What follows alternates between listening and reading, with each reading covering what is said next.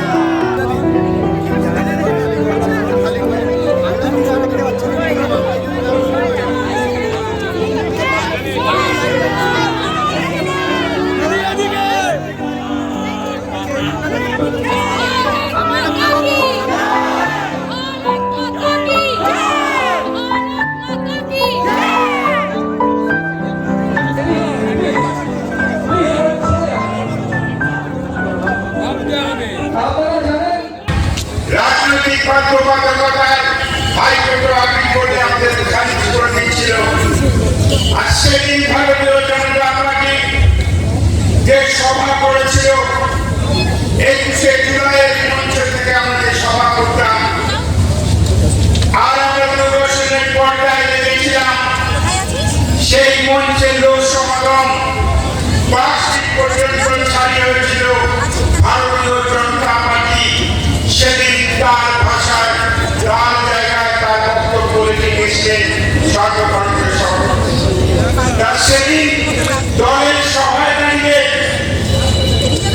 এই বেহালা পশ্চিমের বিধায়ক আমাকে বলল যে পূর্বতে অমিত শাহের সভাটাকে সফল করে দিলি, আর আজকে গতকাল থেকে না পরশুদিন নির্বাচন ঘোষণা হয়ে গেছে, মডেল কোড অফ কন্ডাক্ট হয়ে গেছে। পার্থ চট্টোপাধ্যায় আপনি এখান থেকে হয়তো বিধানসভায় যাবেন, জেনে রাখুন যে আজকের এই সভায় যেভাবে পতাকা ছিঁড়েছেন ভারতীয় জনতা পার্টি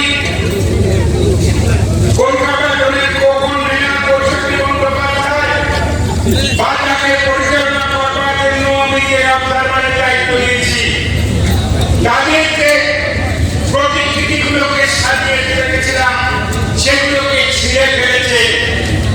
মিটিংয়ে আসতে দিয়ে যে বাধা সৃষ্টি করেছিলেন সেদিনকার কথা আপনাকে মনে করিনি। যে অমিত শাহ সবাইকে সাপোর্ট করে দিলি, আজকে আপনাকে বলি যে আপনি আজকে ভারতীয় জনতা পার্টির সভা যেখানে আজকে এখানকার জেলা ভারতীয় জনতা পার্টি করেছে তাকে সফল করবার জন্য প্রথম ধন্যবাদ আমি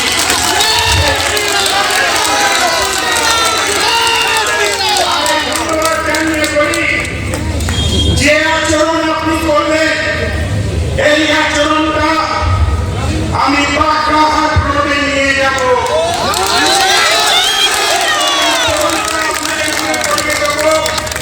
জয়পুরহাট রোডে এই আচরণটা আপনাকে মনে করিয়ে দেব। ভট্টাচার্য পাড়াতে শিলপাড়াতে 125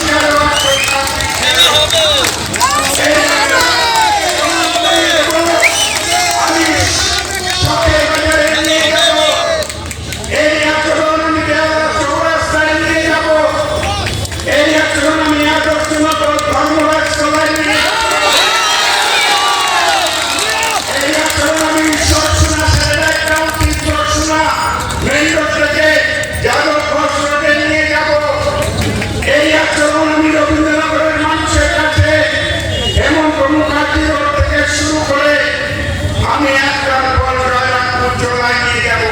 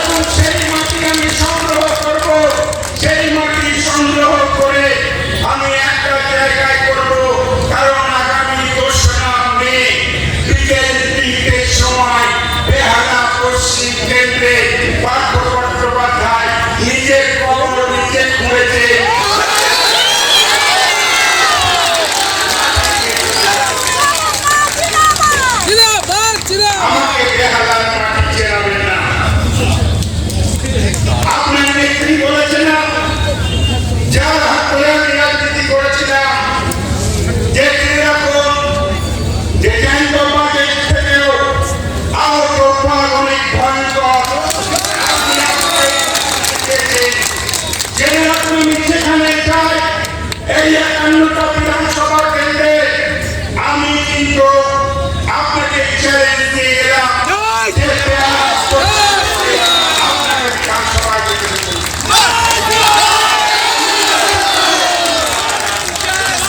আমার লজ্জা করে আজকের এই সভায় যেখানে হয়েছে ভেবে দেখবেন তো, ছোট ভাইয়ের মতো ভুলে যাবেন না।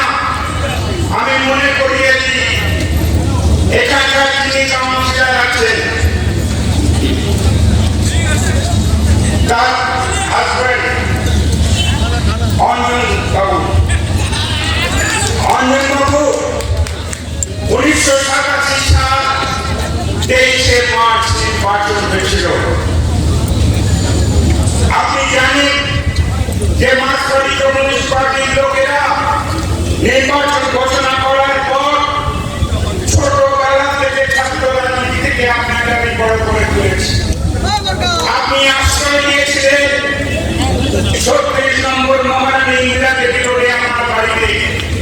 আপনার মতন অনেকে ছিলেন, এখানে অনেকে মনে করতে পারেন চারিদিক দিয়ে মার্ক্সবাদী কমিউনিস্ট পার্টির লোকেরা ঘিরে রেখেছিল। আজ যারা এনসিসি থেকে সিপিআইএম হয়েছিল, তারা ঘিরে যখন বউ মারছিল, তারা থানি মারছিল, বাড়ির গাছগুলো ভেঙে পড়ছিল, সেদিন আমি আপনাকে বলেছিলাম কেউ একবার বাড়ি ছেড়ে যাবে না। আমরা সেদিন আজ থেকে 30 বছর আগেকার ইতিহাস, 1987 সাল, এটা 2021 সাল। আমি সেদিন এখানকার যিনি মন্ত্রী ছিলেন আমি খুব শ্রদ্ধা করতাম, প্রয়াত রবীন মুখোপাধ্যায়। আমি রাজ্যের মুখ্যমন্ত্রীর সঙ্গে সরাসরি কথা বলেছিলাম যে গণতান্ত্রিক পদ্ধতিতে নির্বাচন হয়েছে, আপনারা নির্বাচিত হচ্ছেন, সরকার করবে। অসহায় কিছু যুবক যেহেতু আমাদের হয়ে রাজনৈতিক প্রচার করেছিল, তারা তাদের উপরে অত্যাচার হবে কেন? আমি নির্বাচিত কাউন্সিলর, আমার বাড়িতে এইভাবে গন্ডগোল হবে কেন? ভুলে যাবেন না অঞ্জন বাবু, আপনি নাকি পার্থবাবুর রিলেশনে নেই। মনে করিয়ে দিবি যে 29শে মার্চ পশ্চিমবঙ্গ সরকারের মন্ত্রিসভা শপথ নিয়েছিল। এখানে কয়েক হাজার মানুষ আপনারা উপস্থিত আছেন। যদি আমি জিজ্ঞাসা করি কেউ বলতে পারবেন না, কিন্তু বেহালার মানুষ স্মরণ আছে। এই তো কক্সল্যান্ড মাঠে রবীন্দ্রবাবুর বাড়ির কাছে যে বাজার আছে, সেই বাজারে কত আতশবাজি সাজানো হয়েছে। রবীন্দ্রবাবু পরিবহন মন্ত্রী আবার রবিবাবুর মন্ত্রিসভায় শপথ নেবেন। সেই শপথ গ্রহণ অনুষ্ঠান দেখে দেখলেন সেখানে রবীন্দ্রবাবুর নাম নেই। তখন মুখ্যমন্ত্রী বলেছিল ওরা যে ধরনের আচরণ করেছে, ওরা মন্ত্রিসভায় থাকার যোগ্যতা নেই, ওরা এই ধরনের আচরণ তাণ্ডব শুরু করেছে এই ক্ষুদিরাম বোস রোডে। 131-32 শুধু নয়, বিভিন্ন প্রান্তে যারা এখানকার ব্যানার হোর্ডিং ছিঁড়ে দিচ্ছিলেন, যারা ভারতীয় জনতা পার্টির পতাকা ছিঁড়ে দিচ্ছিলেন, যারা আজকে যখন আসছিলাম আমার খুব যন্ত্রণা হয়েছে, দুঃখ হয়েছে, অন্য কিছু নয়। রাজনৈতিক সভা সমিতিতে আমি বহুবার আহত হয়েছি, আমি বহুবার বহু আঘাত মার্ক্সবাদী কমিউনিস্ট পার্টির কংগ্রেস আমায় করেছে, কিন্তু আজকে আমি দেখেছি ভারতীয় জনতা পার্টির আমার সহকর্মী বন্ধুরা আজকে যে বাধা দেওয়ার চেষ্টা হয়েছে, যাকে বেহালায় পরিচয় করিয়ে নিয়ে এসেছিলাম, আমি ঠাকুর করতে গিয়ে কোথাও বানর করে ফেলেছিলাম।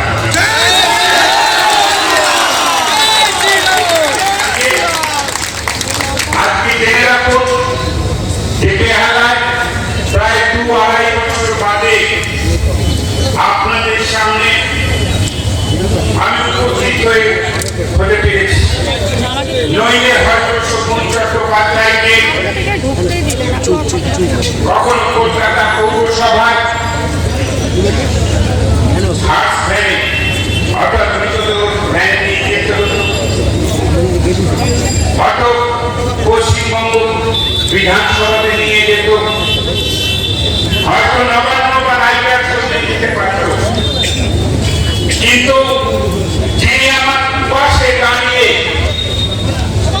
সমস্ত ধরনের যে ঘাগুলো আমার সারা জায়গায় বেইমানি বিদ্যালয়ে রয়েছে, যে মানুষগুলোকে বিশ্বাস করেছিলাম, এই মানুষগুলোকে আঘাত একের পর এক এসছে, দৃঢ় হাতের শক্তি থেকে দাঁড়িয়ে যিনি আমার পাশে দাঁড়িয়েছিলেন, আজকে ভারতীয় জনতা পার্টির মঞ্চে বলি যে তৃণমূল কংগ্রেসের সর্বোচ্চ নেত্রী করেছিলেন, সবাই করেছিলেন। আমি জানি একটা কথা আছে,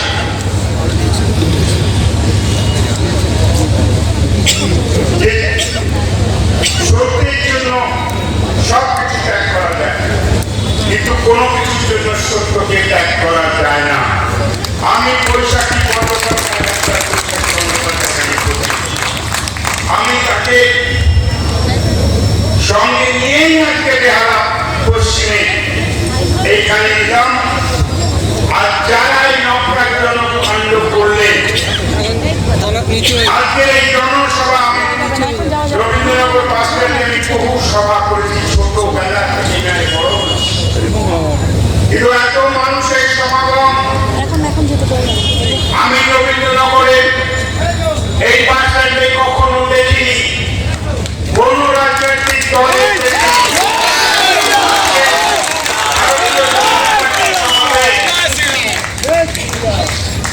যারা বলেছে যে হারিয়ে ভোট করে দেব, আমি আমার কোন মানুষকে অশ্রদ্ধা করতে পারি না। ওরা অশ্লীল গালাগালি যা দিচ্ছিল তৃণমূল কংগ্রেসের, যারা এই উচ্চারণ করছিল, তাদের প্রত্যেকের অনেক দিন বহু ক্ষেত্রে কিছু চেনা মুখ, কিছু অচেনা মুখ, কিন্তু আমি বলি যেখানকার যিনি বিধায়ক আছেন, বাংলার যিনি শিক্ষামন্ত্রী, একদিন তিনি আমাকে বলেছিলেন যে অমিত শাহ মিটিং করবেন সর্বভারতীয় সভাপতি ভারতীয় জনতা পার্টি 21শে জুলাইয়ের তৃণমূল কংগ্রেসের সমাবেশে যেখানে মঞ্চ হয়, সেই মঞ্চের ওখানে অমিত শাহ সভা করবেন ভারতীয় জনতা পার্টি। গণতান্ত্রিক ব্যবস্থায় যে কোনো রাজনৈতিক দল যে কোনো সভা করতে পারে। সেই সভাকে যখন বন্ধ করবার জন্য সব প্রক্রিয়া করছিল, সেদিন আমি মুখ্যমন্ত্রীকে বলেছিলাম, আমি তৃণমূল কংগ্রেসের সদস্য ছিলাম, যে মমতাদি একটা জিনিস বলো, প্রত্যেক 21শে জুলাইয়ে তুমি যদি সভা করো, তাহলে ভোটের কাছে যে বক্তব্যই পেশ করি, একটা শিক্ষিত রাজনৈতিক দল সর্বরাজ ভারতীয় ক্ষেত্রে সারা সরকার চালাচ্ছে, যার সভাপতি কেন সেইখানে সভা করতে পারবে না, এই প্রশ্নের উত্তর প্রতিটা আমি টাইটেল সম্বন্ধে বলতে পারি না, আমার কাছে এটা বিজেপি অনেকটা একটা পরিবারের মতো আছে। সুতপা শীর্ষেন্দু আমাদের যুব মোর্চার আমার খুব প্রিয় নেতা, মুকুল, অনুপম, অরুণাভ, যাদেরকে আমার দলের সহকর্মী হিসেবে পেয়ে আমার নিজেকে একটা অন্যরকম পূর্ণতা পেয়েছি, তাদেরকে আমার আন্তরিক শুভেচ্ছা জানাই। আর আমার সামনে অগণিত মানুষ যারা আজকে এই সন্ধ্যায় এখানে এসেছেন, আমাদের সঙ্গে এতটা সময় থেকেছেন, তাদের সবাইকে শুভেচ্ছা। এই অনুষ্ঠানে আসার আগে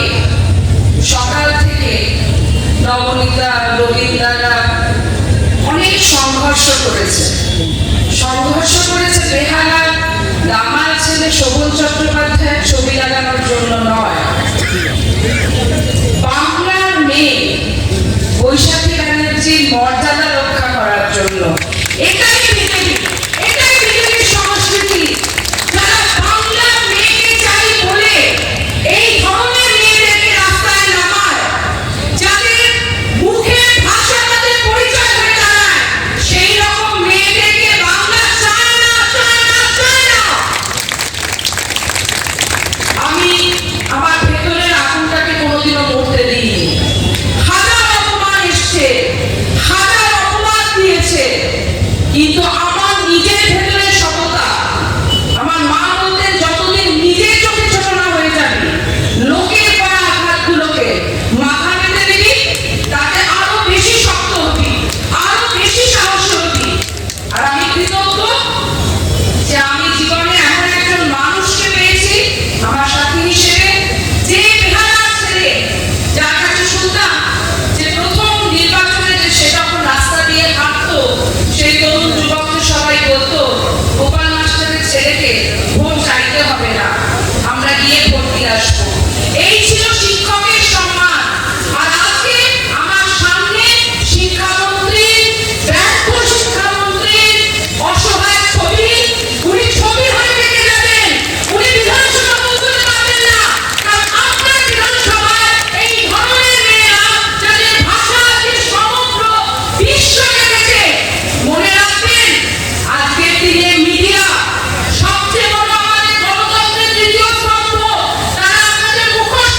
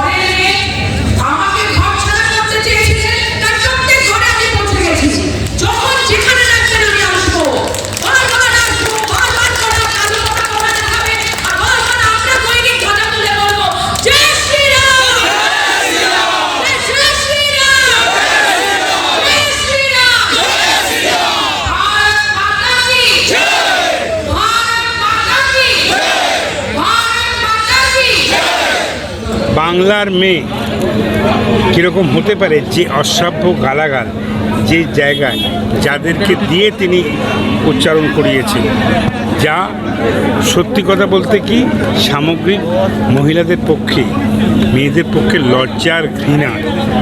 আর ফ্লেক্স ছিঁড়ে, ব্যানার ছিঁড়ে, হোর্ডিং ছিঁড়ে এই সমস্ত জিনিসকে প্রতিরোধ করার জন্য আমাকে এভাবে প্রতিরোধ করে কোনো লাভ হবে না, কোনো কিছু না। আমি দৃঢ় প্রতিজ্ঞ, আমার চলার পথটা খুব পরিষ্কার। রত্না দাস আপনার কথা অনুযায়ী তিনি দাবি করছেন যে 3.5 বছর শোভন চট্টোপাধ্যায় নিজের এলাকায় আসেন না, মানুষ স্বতঃস্ফূর্তভাবে কালো পতাকা দেখাচ্ছে। যে কলঙ্কিত জীবনের সঙ্গে কাছাকাছি চলবার জন্যই আমি অ্যাভয়েড করেছিলাম। তার মানে এই নয় এখানকার উন্নয়নের ধারাবাহিকতা, এখানে 2 বছরের নয়, 36 বছরের মাথায় থাকে যাবে। আর এখান থেকে না মানে তিল থেকে তাল করা, 5টা সিট একটা সময় ছিল 1990 সালে, আর আজকে সব কটা সিটে নির্বাচন করাটা আমার দায়িত্ব ছিল, বাস্তবিক করেছি। উনি যে অশালীন চিন্তাধারার সঙ্গে যুক্ত হয়ে গেছে, যে কলঙ্কিত জীবনের সঙ্গে যুক্ত হয়ে গেছে, তার পক্ষে এই সমস্ত কথার উত্তর দেওয়ার আমি কোনো প্রয়োজন মনে করি। আপনি আজকে মঞ্চে বক্তব্য রাখতে গিয়ে একটা বক্তব্য দিয়েছেন যে আপনি ঠাকুর করতে চেয়েছিলেন কিন্তু বানর করে ফেলেছেন, এই উপলব্ধি কেন? এই উপলব্ধিটাই তো আজকে এই আচরণে আপনারা বুঝতে পারছেন, যে রাস্তায় যে অসভ্যতা, সকাল থেকে যে অসভ্যতা, এই করবার জায়গায় অনেক সময় মানুষের সিদ্ধান্ত যে এইখানে বৈবাহিক বন্ধনটা আমার কাছে একটা সিদ্ধান্ত ভুল, সত্যিই আমাকে স্বীকার করতে হচ্ছে। পার্থ চট্টোপাধ্যায়কে চ্যালেঞ্জ করেছেন বিধানসভায় আর পৌঁছতে দেবেন না, এবার সেটা পার্থ চট্টোপাধ্যায়কে আমার চ্যালেঞ্জ করতে হয়নি। পার্থ চট্টোপাধ্যায় আজকে যে ঘটনা ঘটিয়েছে, এই ঘটনায় আপনাকে বলি সারা বাংলায় যেরকম তেমনি বেহালা পশ্চিমে তার অনেকটা দূর তিনি পিছিয়ে গেলেন, সেটা তিনি আগামী দিনে নির্বাচন আসলে তিনি বুঝতে পারবেন। আমি আজকে একটা অডিও ভিজুয়াল দেখলাম, তো এটা যারা বানিয়েছেন তারা কেউ আমার রক্তের সম্পর্ক নয়, কিন্তু কয়েক সেকেন্ডের মধ্যে জীবনের যে টুকরো জলছবি ওনারা তুলে ধরলেন, তার থেকে বোঝা গেল যে ফ্লেক্স ছিঁড়ে মানুষের মন থেকে ছবি মোছা যাবে না, বরঞ্চ ওনারা যত এইসব ওয়ার্ডে ওয়ার্ডে যেসব গুন্ডাকে প্রতিপালন করছেন পার্থদা, তারা যত বেরোবে তত ওনার ভোট কমবে।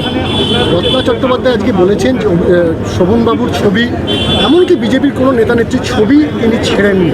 তার দাবি যে বৈশাখী বন্দ্যোপাধ্যায়ের জন্য শোভনবাবু এই এলাকা থেকে বেরিয়ে এত ভয় কিসের, এত ঈর্ষা কিসের? আমার কারণে বেরোননি, উনি ওই বাড়িটা দখল করে আছেন বলে উনি আসেন না, সেটা সারা বাংলাকে যা বলেছেন শোভন চ্যাটার্জি, পাশে বসে আছেন, ওনার থেকে জেনে নিন উনি কেন বাড়ি ছাড়া। আগে ওই বাড়িটা ছাড়ুন, বরঞ্চ উনি আমাকে রোল মডেল ফলো করতে পারেন, যে আমার বাড়িতে কিন্তু আমি আরও অনেককে প্রতিপালন করছি, আমি কারুকে বাড়ি ছাড়া করিনি। এই লজ্জা, এই কলঙ্ক ওনার। বেনারসির 3 অধ্যায়, রাজঘরানা, রামনগর ও মঙ্গল বেনারসি, সাহা টেক্সটাইল।